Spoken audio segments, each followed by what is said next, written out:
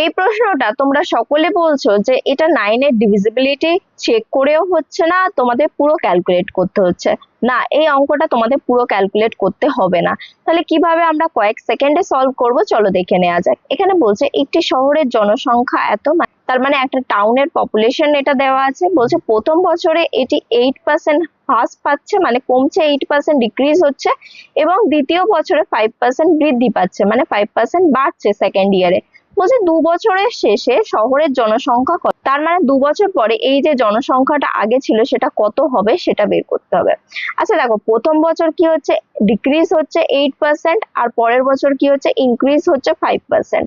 তাহলে আমরা যদি ওভারঅল ইনক্রিজ ডিক্রিজ মানে কতটা কমছে বা বাড়ছে সেটা বের করতে চাই, তাহলে আমরা কি করব, এর সাথে কি করব, এই প্রথমটা ইনটু সেকেন্ডটা গুণ করে ডিভাইডেড বাই 100 করব। মানে এটার সাথে এটা গুণ করলে 8 5 আর কত হচ্ছে 40, আর এই মাইনাস প্লাসে কি হয়ে যাবে, গুণ করলে মাইনাস ডিভাইডেড বাই 100। বা বলতে পারো আমরা সাকসেসিভ ইনক্রিজ ডিক্রিজ এর ফর্মুলা ইউজ করছি, যেটা হচ্ছে x plus Y plus X Y divided by 100। যেহেতু এখানে এক্সটা নেগেটিভ, তাই জন্য হচ্ছে এটা সাইন নিয়ে আমরা এরকম ভাবে লিখছি, এটা মাইনাস, এটাও মাইনাসে চেঞ্জ হচ্ছে।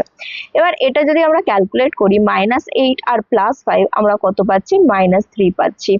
আর এটা 0 0 কেটে দিলে কি পাচ্ছি, -0.4 পাচ্ছি। তাহলে এটা ওভারঅল ক্যালকুলেট করলে কি পাচ্ছি আমরা, এটা ওভারঅল ক্যালকুলেট করলে -3.4, মানে হচ্ছে -3.4% ডিক্রিজ হয়ে যাচ্ছে, কমে যাচ্ছে। মানে এই যে পপুলেশনটা হচ্ছে এর থেকে কম আমাদের উত্তর হবে।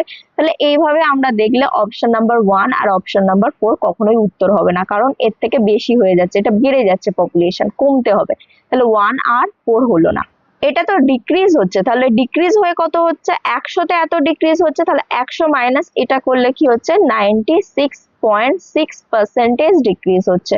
কোনটা ডিক্রিজ হচ্ছে, আগের পপুলেশনটা যেটা কি ছিল 189,000। তাহলে এটা ইনটু এটা করলে আমরা কি পাবো, 2 বছর পরের পপুলেশন পাবো। এবার তোমরা এখানেও ক্যালকুলেট করতে যাচ্ছ, সেটাও করার দরকার নেই। এখানে দেখো ইউনিট ডিজিট দুটো অপশন যেটা বেঁচে আছে, দুটোই আলাদা, একটা 2 একটা 4। তাহলে এই জিরো গুলো আর এই ডেসিমাল পার্সেন্টেজ এগুলো অ্যাভয়েড করো, এগুলো ইগনোর করে দেখো ইউনিট ডিজিট কি আসছে। এখানে দেখো 9, এখানে দেখো 6, 9 6 আর কত হচ্ছে 54, মানে আমাদের যে আনসারটা হবে তার ইউনিট ডিজিট কি হবে, 4 হবে। তাহলে অপশন নাম্বার 3 হয়ে যাচ্ছে কারেক্ট আনসার। এইভাবে আমরা পুরোটা না ক্যালকুলেট করে দেখা মাত্রই উত্তর করতে পারবো।